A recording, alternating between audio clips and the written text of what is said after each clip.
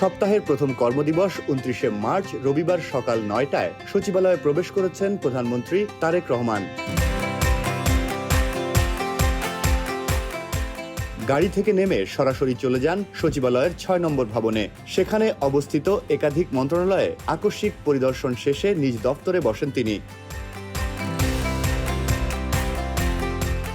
প্রধানমন্ত্রীর এই হঠাৎ পরিদর্শনে কর্মকর্তা কর্মচারীদের হতচকিত হয়ে পড়তে দেখা যায়। সচিবালয় সূত্রে জানা গেছে, প্রধানমন্ত্রী বিদ্যুৎ ও জ্বালানি, মহিলা ও শিশু, স্বাস্থ্য এবং গণপূর্ত মন্ত্রণালয়েও পরিদর্শন করেছেন।